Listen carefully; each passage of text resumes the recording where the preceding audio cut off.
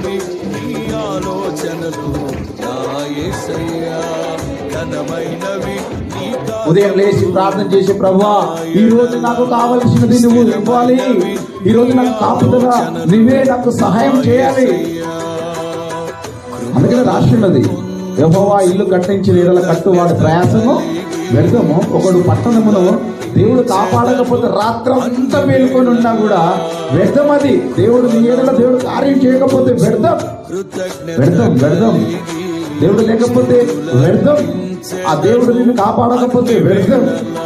ఆ దేవుడు చెయ్యి విడిచిపెట్టిననుకో మనం దేనిలోకి అక్కడికి రాము. అనుగ్రహమే ఆయుష్కాలము